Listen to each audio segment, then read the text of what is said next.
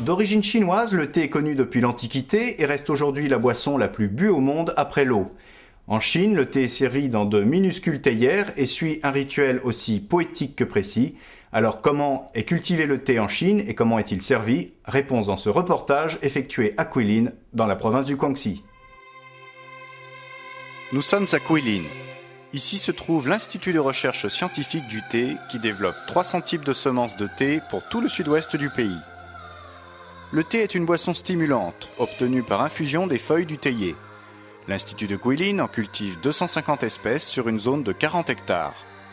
Le théier est taillé pour ne pas dépasser 1 mètre de haut afin d'en faciliter la cueillette. Celle-ci s'effectue toujours à la main, le plus souvent par des femmes, et se pratique plusieurs fois par an, jusqu'à 4 fois ou plus suivant les régions. Les différentes sortes de thé, noir, blanc ou vert, ne proviennent pas de différentes espèces de théier, comme on le croit souvent, mais sont obtenues en traitant différemment les feuilles récoltées d'un même théier.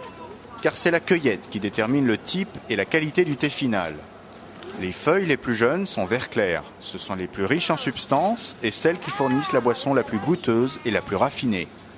À l'extrémité des branches se trouve un bourgeon recouvert d'un duvet blanchâtre, le pekoe, qui signifie en chinois duvet blanc et qui n'est autre que la jeune pousse enroulée sur elle-même. Ce bourgeon est particulièrement recherché. Plus on redescend sur la branche, plus les feuilles sont larges et moins la boisson sera savoureuse. Ces feuilles, après la cueillette, sont flétries et chauffées à haute température afin de neutraliser les enzymes responsables de l'oxydation. Elles sont roulées à la main puis séchées plusieurs fois dans une grande bassine sur le feu afin d'obtenir une forme particulière.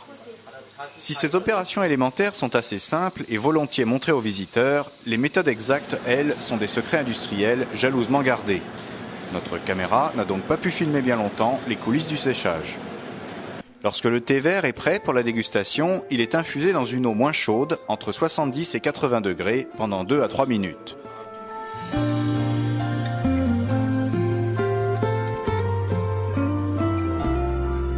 Une simple tasse de thé est un mélange complexe de plus de 500 substances actives.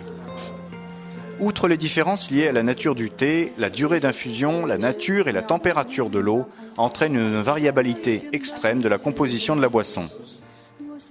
Le thé est ensuite servi dans de minuscules théières que l'on porte à ses lèvres avec une certaine grâce. La position des mains et des doigts n'est pas non plus anodine.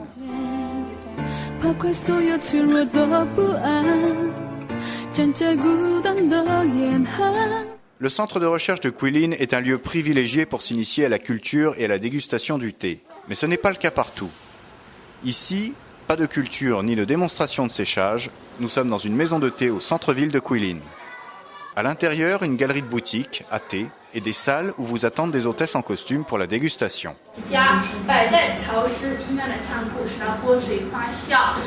Largement stéréotypée, avec des explications récitées par cœur, la cérémonie ressemble à un jeu de dinette où les hôtesses elles-mêmes semblent un peu s'en mêler les théières. Et pour éviter de répondre aux questions des touristes sur le thé, une note explicative en anglais est fournie. Le but est évidemment de vendre un maximum de thé aux clients, sachant que les Chinois seront ce jour-là les seuls à acheter. Mais au-delà de son attrait touristique, le thé est surtout un produit phare du commerce international chinois. La Chine assure à elle seule 29% de la production mondiale de thé, juste devant l'Inde, avec plus d'1 million de tonnes par an. C'est aussi le seul pays à produire toutes les familles de thé, blanc, jaune, vert, bleu-vert, rouge et thé noir. La boisson millénaire a encore de beaux jours devant elle.